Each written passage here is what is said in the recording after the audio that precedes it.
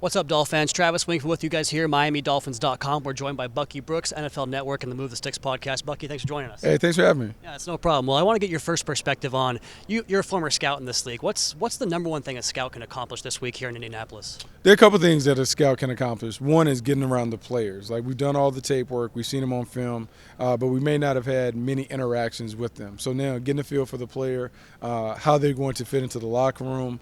Do you like the personality? Does the personality jive with the coaching staff? All of those things are really important.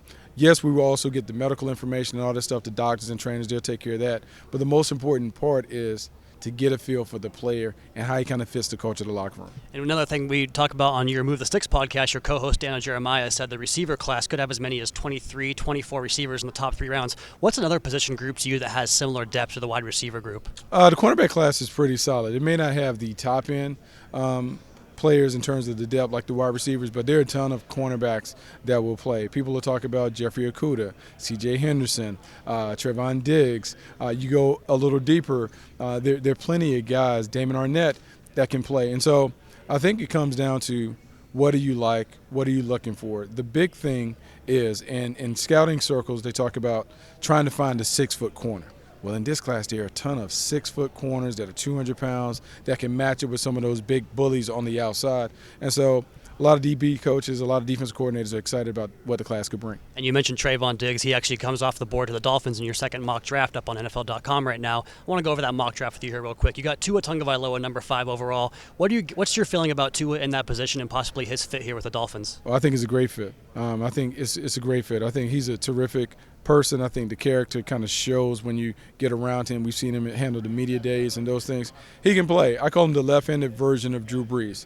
Quick, decisive, deadly accurate, understands how to play a quick rhythm game, has enough escapability to make some things happen with his legs, but he can slice you up as a pocket passer, and I think that's what you want.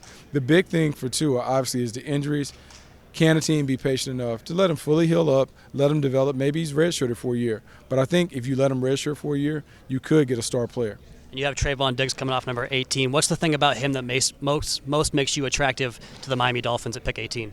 He's long, he's rangy, he's versatile in terms of his technique. He can play man-to-man, he can play zone coverage. He is a former wide receiver who has ball skills. And in this league, the ability to get turnovers is critical. So when you find a cornerback that can catch the ball, that can make plays, it's a huge difference. It really impacts not only the defense, but your offense because it's an extra opportunity.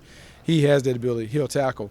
But there are a ton of guys that can kind of fit there. I just think Trevon Diggs would be a perfect fit for the Dolphins at that pick. And then finally, pick 26, DeAndre Swift, the first running back off the board. We heard him talk earlier today about his versatility. Is that kind of the main thing you look for with DeAndre Swift and a running back that can come in and contribute day number 1? Yeah, he's the natural. He's very natural in everything that he does, whether it's as a running back, catching, pass protection. He does all those things very effortlessly.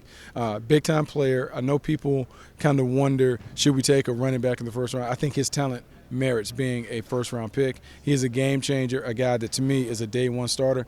We have seen how these young running backs have been able to impact the game immediately. I think he's an impact player at the position. All right, thanks a lot, Bucky. Cool, thanks.